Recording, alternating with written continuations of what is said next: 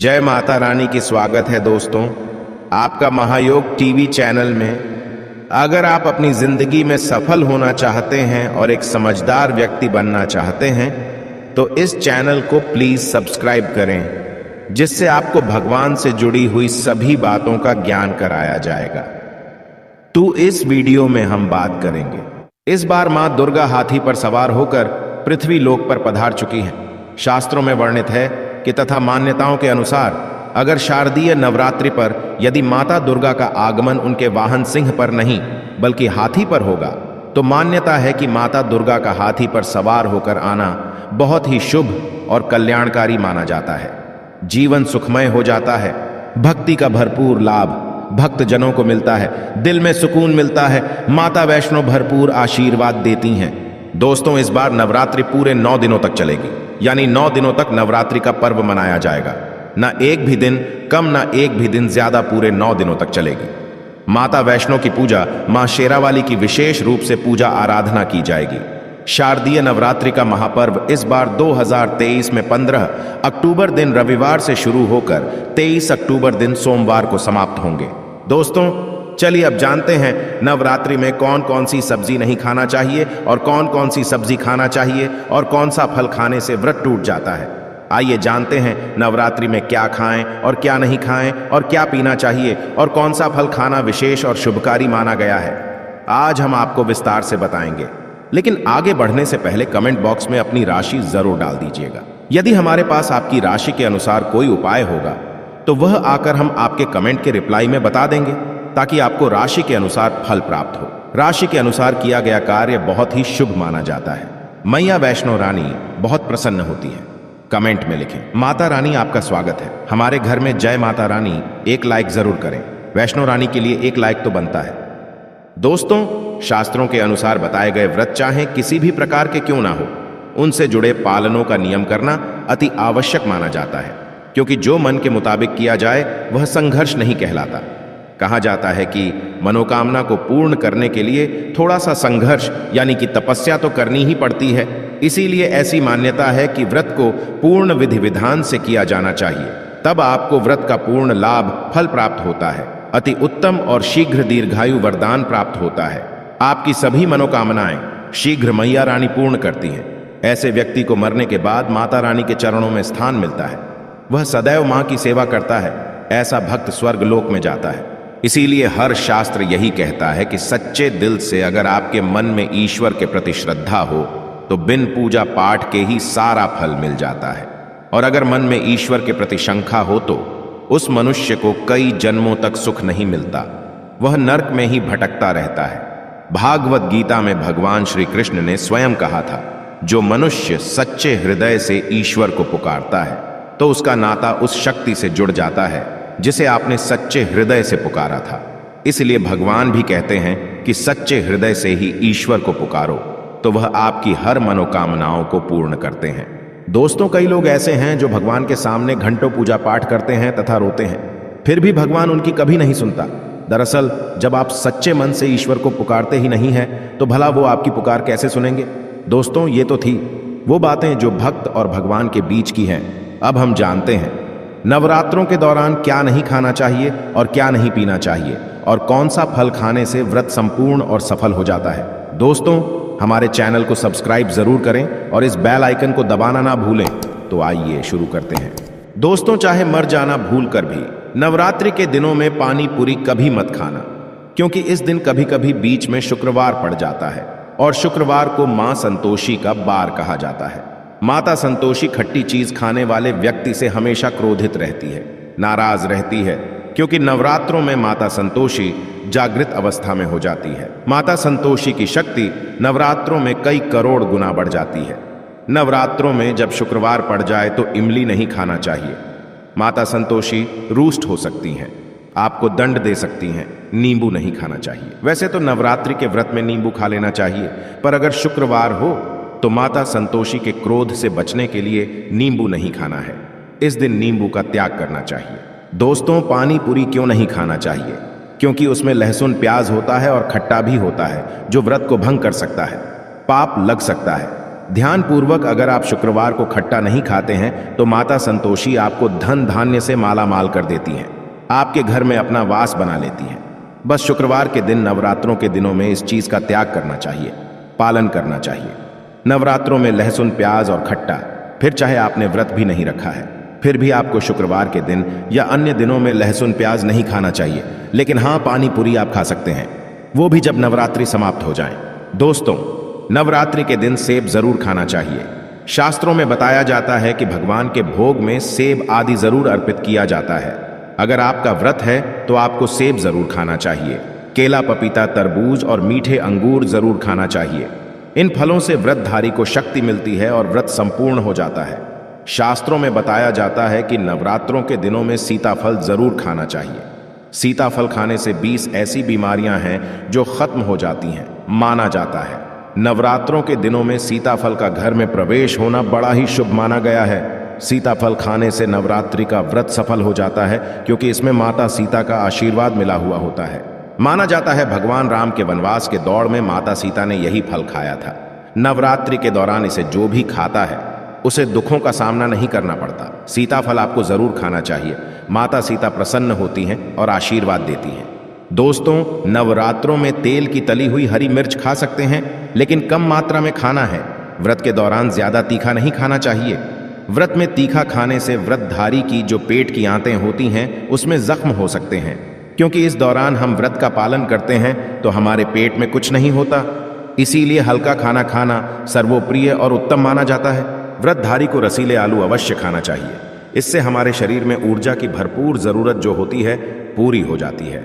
आप आलू का पानी पी सकते हैं। रसीले आलू जरूर खाना चाहिए। दोस्तों, नवरात्रों में भिंडी की सब्जी जरूर खाना चाहिए। भिंडी में कई ऐसे पोषक तत्व होते हैं जो हमारी हड्डियों को मजबूत बनाते हैं, तथा नवरात्रों में बैगन की सब्जी जरूर खाना चाहिए। लेकिन याद रहे, जब नवरात्रों में सोमवार पड़ जाए तो बैगन की सब्जी मत खाना, पाप लगेगा। नवरात्रों में सब्जी में हरा धनिया जरूर डालना चाहिए। हरे धनिये से भी व्रतधारी को पोषक तत्व मिलते हैं। नवरात्रों में हरा धनिया अवश्य खाएं, इससे जो शुगर लेवल होगा वह कम हो जाएगा। नवरात्रों में रिफाइंड का तेल और सरसों का तेल भूलकर भी व्रत के दौरान नहीं खाना चाहिए। मूंगफली का तेल और देसी घी और गोले का तेल खाना अच्छा माना जाता है। दोस्तों, नवरात्रों में व्रतधारी को डब्बा बंद लस्सी, डब्बा बंद जूस नहीं पीना चाहिए। उसमें कई केमिकल मिले होते हैं जिसके कारण आपका व्रत टूट सकता है। जब भी आप फलों का जूस पिएं तो याद रखें उसमें नमक ना डालें, नहीं तो व्रत टूट जाएगा। साथ ही साथ जूस में बर्फ भी नहीं डालना चाहिए। फलों का सादा जूस पीने से व्रत सफल होता है। दोस्तों, नवरात्रि के दौरान सिंघाड़े का आटा या कुट्टू का आटा खाने से पहले यह देख लें कि आटा पुराना नहीं होना चाहिए, क्योंकि पुराने आटे में कीड़े वगैरह पड़ जाते हैं जिसके कारण आपका व्रत टूट सकता है। क्योंकि ये छोटे छोटे कीड़े हमें दिखाई नहीं देते और आपके मुंह तक पहुंच जाते हैं। ऐसा आटा खाना मतलब कीड़े मकोड़ों का मांस खाने के बराबर माना गया है। दोस्तों, नवरात्रि के दौरान आप शाम के समय खाने में दही ले सकते हैं, आलू वगैरह खा सकते हैं, आलू के चिप्स खा सकते हैं, साबूदाने की टिकिया बनाकर खा सकते हैं, साबूदाने की खिचड़ी खा सकते हैं, आलू के पापड़ भी खा सकते हैं। कई सब्जियां तो ऐसी है जो नवरात्रि के दौरान भोजन में शामिल कर सकते हैं। इससे आपको एनर्जी मिलेगी और व्रत सफल हो जाएगा। नवरात्रि के दौरान आप दूध पी सकते हैं जो आपको ताकत देगा। चाय वगैरह भी पी सकते हैं, लेकिन याद रहे उसमें नमक ना डालें। चाय में नमक डालने से व्रत भी टूट जाएगा और हड्डियां भी गल जाती हैं। एक बात का ध्यान रहे, व्रतधारी को पेट भर खाना यानी गले तक भोजन नहीं करना चाहिए, नहीं तो व्रत रखने का कोई भी फायदा नहीं होगा। थोड़ा थोड़ा खा सकते हैं। दोस्तों, नवरात्रि के 9 दिन आदिशक्ति मां दुर्गा को समर्पित होते हैं। नवरात्रि के 9 दिन माता रानी के 9 अलग अलग स्वरूपों का पूजन किया जाता है। नवरात्रि के 9 दिनों तक माता रानी को अलग अलग स्वरूप के हिसाब से अलग अलग पुष्प, अलग अलग भोग अर्पित किए जाते हैं। लेकिन क्या आप जानते हैं कुछ ऐसी वस्तुएं हैं जिन्हें नवरात्रि के दौरान भूलकर भी माता रानी को अर्पित नहीं करना चाहिए? अगर इन वस्तुओं को आप गलती से भी माता रानी को अर्पित कर देते हैं तो आपको व्रत और पूजन का पूर्ण लाभ नहीं होगा। इसीलिए माता रानी की कृपा प्राप्त करने के लिए आपको ये जानना अति आवश्यक है कि वो कौन सी ऐसी वस्तुएं हैं जो माता रानी के पूजन में भूलकर भी इस्तेमाल नहीं करना चाहिए। तो आइए माँ का जयकारा लगाते हुए वीडियो को शुरू करते हैं। दोस्तों नंबर 1, नवरात्रि के दौरान शादीशुदा महिलाओं को सफेद कपड़े पहनकर पूजा पाठ नहीं करना चाहिए। साथ ही साथ काले कपड़े भी नहीं पहनना चाहिए। इससे पूजा व्रत आदि खंडित हो जाती है। माता की चौकी जब आप लगाएं तो उसके नीचे कागज नहीं लगाना चाहिए। माता की चौकी हमेशा लाल कपड़ा बिछाकर ही बनाना चाहिए। हमेशा याद रहे, नवरात्रों के इन 9 दिनों तक व्रतधारी को अपना आसन मां की चौकी के आगे ही लगाना चाहिए और वहीं पर आपको सोना चाहिए। मंदिर को नवरात्रों के दौरान अकेला नहीं छोड़ा जाता, बहुत ही अशुभ माना जाता है। जरा आप ही सोचिए, माता रानी 9 दिनों के लिए धरती पर आकर आपके घर में रहने के लिए आई हैं और ऐसे में आप उन्हें अकेला अगर छोड़ते हैं तो माता भी आपको छोड़कर चली जाएंगी। वह कहेंगी, इसको मेरी जरूरत नहीं है, वह अकेली पड़ जाती है, इसीलिए माता के पास मैं ही सोना चाहिए। दोस्तों नंबर 2, नारियल हिंदू धर्म में नारियल को समृद्धि, धन, श्रद्धा और सम्मान का सूचक माना जाता है। नारियल को श्रीफल भी कहा जाता है। नारियल को सुख समृद्धि में वृद्धि करने वाला माना जाता है। नारियल का हर मांगलिक कार्य में विशेष महत्व होता है। जैसे कि आप सभी जानते हैं कि माता रानी के कई मंदिरों में नारियल से बलि भी दी जाती है और माता रानी के पूजन में नारियल का इस्तेमाल हम सभी करते हैं। खासकर कलश की स्थापना नारियल रखकर ही की जाती है। माता रानी की पूजन में हम नारियल इस्तेमाल करते समय कुछ गलतियां कर बैठते हैं। दोस्तों नारियल कई प्रकार के होते हैं, एक हरा दूसरा सूखा, जिसके अंदर पानी होता है। जिस नारियल के अंदर पानी होता है, माता रानी के पूजन में सदैव पानी वाला और जटा वाला नारियल ही इस्तेमाल करें। नारियल का पूर्ण होना चाहिए। नारियल चटका हुआ या टूटा हुआ नहीं होना चाहिए, क्योंकि साबुत नारियल ही पूर्ण और पवित्रता का प्रतीक होता है। साबुत नारियल ही सुख समृद्धि का प्रतीक होता है। साबुत नारियल को ही श्रीफल यानी कि मां लक्ष्मी का फल कहा जाता है। नवरात्रि में माता रानी के कलश की स्थापना करते समय जटा वाला यानी पानी वाला नारियल ही कलश पर स्थापित करना चाहिए। साथ ही यह ध्यान रखना चाहिए कि नारियल को सदैव कलश के ऊपर लेटाकर रखना चाहिए। घट स्थापना करते समय कभी भी नारियल को खड़ा करके नहीं रखा जाता। नारियल को सदैव लेटाकर कलश के ऊपर रखा जाता है। साथ ही नारियल को स्थापित करने से पहले आप नारियल को लाल कपड़े में लपेटकर उस पर और फिर लाल चुनरी उड़ाकर आप नारियल को कलश के ऊपर स्थापित करें। शास्त्रों के अनुसार कलश के ऊपर जब सही तरीके से नारियल रखा जाता है और सही प्रकार का नारियल रखा जाता है, तभी ही व्रत और पूजन का पूर्ण फल प्राप्त होता है। यह भी ध्यान रहे कि महिलाएं माता रानी को नारियल अर्पित तो कर सकती हैं, लेकिन कभी भी माता रानी के सामने नारियल को भूलकर भी ना तोड़ें, क्योंकि नारियल बीज रूप होता है और स्त्रियां बीज रूप से ही शिशु को जन्म देती है। इसीलिए कभी भी महिलाओं को नारियल नहीं तोड़ना चाहिए। दोस्तों नंबर 3, लौंग। हम सभी माता रानी के पूजन में इस्तेमाल करते हैं, लेकिन लौंग का इस्तेमाल करते समय एक बहुत बड़ी गलती कर बैठते हैं। हमेशा ध्यान रखना चाहिए कि माता रानी को सदैव फूल वाली लौंग ही अर्पित करना चाहिए। जिस लौंग के ऊपर फूल नहीं होता या फिर जिस लौंग के पीछे लकड़ी की डंडी नहीं होती, उसको आप माता रानी के पूजन में भूलकर भी इस्तेमाल ना करें। फूल वाले लौंगों को ही पूर्ण माना जाता है और माता रानी की पूजन में कोई भी अपूर्ण वस्तु, कोई भी खराब वस्तु या टूटे हुए अक्षत इस्तेमाल नहीं करना चाहिए। इसीलिए सदैव माता रानी की पूजन में फूल वाली लौंग का ही इस्तेमाल करें। दोस्तों नंबर 4, तुलसी के पत्ते अर्पित नहीं करने चाहिए। मां दुर्गा के पूजन में तुलसी पत्र का इस्तेमाल करना वर्जित माना जाता है। तुलसी पत्र के अलावा आंवला भी माता रानी को अर्पित नहीं करना चाहिए और दुर्बा भी माता रानी को अर्पित नहीं करना चाहिए। दुर्बा भगवान श्री गणेश को अति प्रिय है। नवरात्रि में आप भगवान गणेश को दुर्बा अर्पित कर सकते हैं। भगवान विष्णु जी को तुलसी के पत्ते अवश्य अर्पित कर सकते हैं, लेकिन माता रानी को भूल कर भी तुलसी के पत्ते या दुर्बा अर्पित ना करें। माता रानी को सफेद फूल भी अर्पित ना करें। माता रानी को सदैव लाल रंग के फूल अर्पित करने चाहिए। लाल रंग के फूल माता रानी को अति प्रिय है।